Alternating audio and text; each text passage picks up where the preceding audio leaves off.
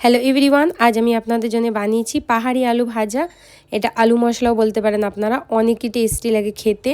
আর দেখুন দেখতে কতটা লোভনীয় হয়েছে। একদমই মুখরোচক একটা আলুর রেসিপি আপনারা বাড়িতে তৈরি করতে পারবেন। ভাত, রুটি, পরোটা সব কিছুর সাথে কিন্তু এই আলু মশলাটা খেতে খুবই দুর্দান্ত লাগে। তো পুরো ভিডিওটা বন্ধুরা অবশ্যই দেখে যাবেন।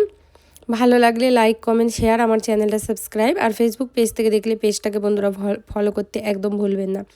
তো এর জন্য একটা মশলা তৈরি করতে হবে, সেটা সবার প্রথম আমি আপনাদের দেখিয়ে দিচ্ছি। এখানে 2 ইঞ্চি মতো আদার টুকরো নিয়েছি, আর এখানে 4টে কাঁচা লঙ্কা আর কিছুটা পরিমাণ ধনিয়া পাতা। এর সাথে আমি এবার এখানে দিয়ে দেবো হচ্ছে গোটা জিরে, এটা 1 চামচ পরিমাণ নিয়েছি। আর এরই সাথে নিয়েছি গোটা ধনে, এটাকেও আমি 1 চামচ মতো ব্যবহার করেছি। আর এবার এটাকে আমাদেরকে শুকনো পিষতে হবে। এটা অ্যাকচুয়ালি আপনারা যদি থেতো করে দেন তাহলে খুবই ভালো হয়। আমি মিক্সারে শুকনো পিষছি, তাহলে কিন্তু পুরো থেতো করার মতোই হয়ে যাবে। হামালদিস্টি বা খালবাত্তা যেটাই আপনারা বলেন, এতে করলে খুবই ভালো হয়। তো মিক্সিং জারের মধ্যে শুকনো এইভাবে 1 থেকে 2 বার চালালেই দেখবেন খুব সুন্দরভাবে আধ ভাঙা হয়ে যাবে। মশলাটা কিন্তু পুরোপুরি পেস্ট চলবে না, এরকম আধ ভাঙাই কিন্তু করতে হবে। শুকনো করে পিষে নিয়েছি, একদমই আধ ভাঙা পুরো মনে হচ্ছে ঠেঁচেছি। দেখুন, দেখেই বুঝতে পারছেন। এবার এর মধ্যে কিছু মশলা দিয়ে আমি একবারই মশলাটা তৈরি করে দেখিয়ে দেবো। আলাদা বারবার আমি আর মশলা এক্সট্রা ব্যবহার করব না। এখানে 2 চামচ মতো কাশ্মীরি লাল লঙ্কার গুঁড়ো দিয়েছি, এতে ঝাল আর টেস্ট দুটোই হয়। দিয়ে দেবো আমচুর পাউডার, এখানে 1 চামচ। আপনাদের কাছে আমচুর পাউডারটা না থাকলে আপনারা লেবুর রসও ব্যবহার করতে পারেন। কিছুটা পরিমাণ জল দিয়ে সুন্দর করে এই মশলার সাথে এটা মিক্স করে নেবো। সুন্দর করে মিক্স করে নিয়ে আমরা আলাদা একটা বাটির মধ্যে ট্রান্সফার করে নেবো। তো মশলার মধ্যে একটু জল কম লাগছে, তাই আমি সামান্য পরিমাণে আর একটুখানি এখানে জল দেবো। জল দিয়ে এবার আমি এটাকে মিশিয়ে নিচ্ছি।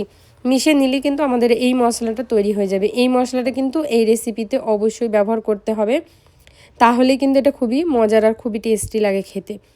তো দেখুন, এখানে মশলা তৈরি হয়ে গেল। এবার সরাসরি নেক্সট প্রসেসে চলে যাচ্ছি। একটা কড়াইয়ের মধ্যে বেশ খানিকটা তেল নিতে হবে।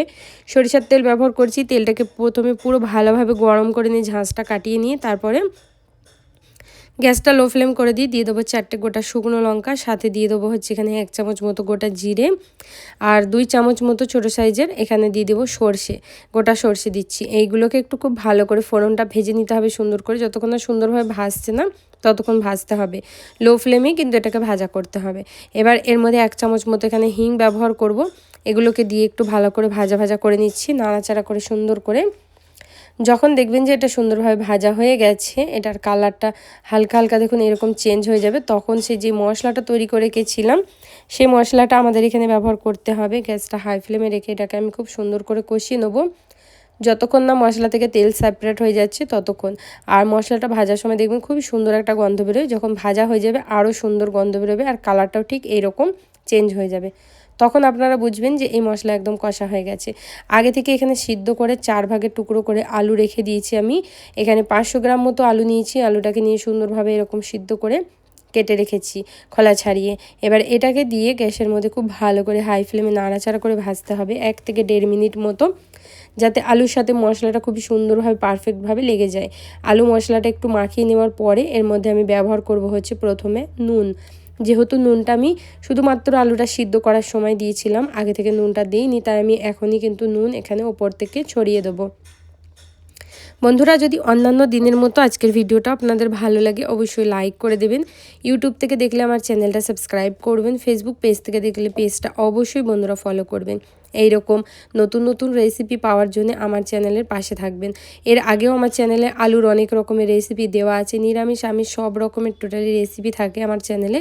অবশ্যই আমার চ্যানেলে একবার ভিজিট করে দেখবেন আপনারা। আপনাদের আশা করছি খুবই ভালো লাগবে সব ভিডিওগুলোই। এখানে এবার আমি আরও 2 মিনিট মতো নাড়াচাড়া করে ভেজে নিয়েছি। তারপরে ওপর থেকে দিয়ে দিতে হবে একটু বেশি পরিমাণে ধনিয়া পাতা। ধনিয়া পাতাটা দিয়ে হাই ফ্লেমে নাড়াচাড়া করে 1 মিনিট মতো ভাজা করতে হবে। সুন্দর করে নেড়েচেড়ে 1 মিনিট ভাজা করলেই দেখবেন ধনিয়া পাতাগুলো যখন সুন্দরভাবে নেতিয়ে আসবে তখনই ভাববেন যে পারফেক্ট এটা ভাজা হয়ে গেছে। আর যদি আপনারা আমচুর পাউডার না দেন, এরকম উপর থেকে কিন্তু লেবুর রস ছড়িয়ে খেতে পারবেন। খুবই দুর্দান্ত, খুবই মজার লাগে রেসিপি। এখানে কমপ্লিট গরম গরম ভাত, রুটি, পরোটা সব কিছুর সাথে ভালো লাগবে। বন্ধুরা অবশ্যই পাশে থাকবেন, সাপোর্ট করবেন। পুরো ভিডিওটা দেখার জন্য অসংখ্য ধন্যবাদ।